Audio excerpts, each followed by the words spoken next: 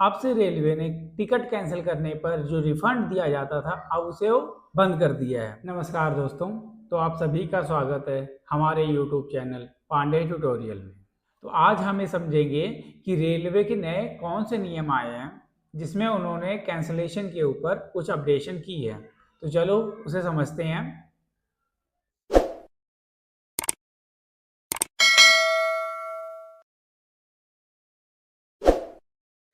तो रेलवे ने जो नए नियम लागू किए हैं वो कौन कौन से हैं। तो न्यू रेलवे रूल वो हमें क्या कहता है कि जो नए इसके नए रूल हैं वो इम्प्लीमेंट होंगे बिटवीन अप्रैल 1 टू अप्रैल 15। ठीक है। और जो नए रूल है इसमें उन्होंने 8 आवर कट ऑफ के बारे में जिक्र किया है, यानी कि जो कंफर्म टिकट है उसे आप कैंसिल करते हो less than 8 hour before departure, तो उस केस में आपको कोई भी रिफंड नहीं मिलेगा।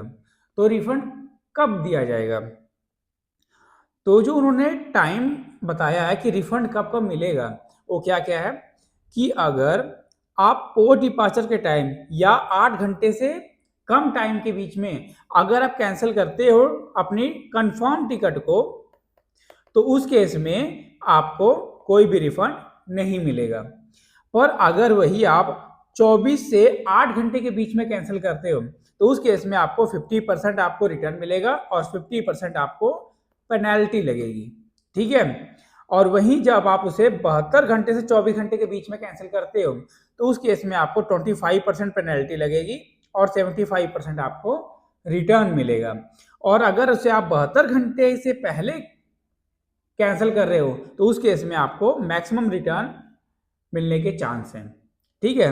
और इसके अलावा उन्होंने कौन कौन से रूल निकाले हैं, तो है हमारा लास्ट मिनट, यानी कि आप ट्रेन चलने से पहले अपनी बोर्डिंग स्टेशन भी चेंज कर सकते हो। यानी कि जो उसका बोर्डिंग पॉइंट है आप उसे ट्रेन के 30 मिनट पहले, चलने से 30 मिनट पहले पर आप उसके बोर्डिंग स्टेशन को चेंज कर सकते हो। ठीक है। और ट्रेन के चलने से 30 मिनट पहले आप अपनी क्लास को भी अपग्रेड कर सकते हो, यानी कि पैसेंजर को अब अलाउ कर दिया गया है कि वो अपनी ट्रैवल क्लास को डिपार्चर से 30 मिनट पहले अपग्रेड कर सकते हैं। ठीक है। और टिकट कैंसिलेशन के ऊपर एक और बदलाव क्या है कि आप किसी स्टेशन पर जो आप पे फिजिकल काउंटर होते हैं वहां से अपनी टिकट को कैंसिल करवा सकते हो। यानी कि जो पीआरएस काउंटर टिकट होते हैं वहां से आप अपनी फिजिकल काउंटर टिकट को किसी भी स्टेशन से हमारी जो कंट्री है वहां पर कैंसिल करवा सकते हो।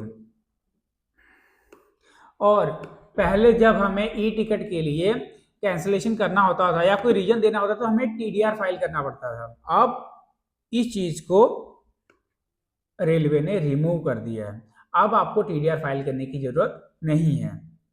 ठीक है। तो आशा है आपको नए नियम समझ आए होंगे। और जानकारी के लिए हमसे जुड़े रहें, दोबारा मिलेंगे नए टॉपिक के साथ।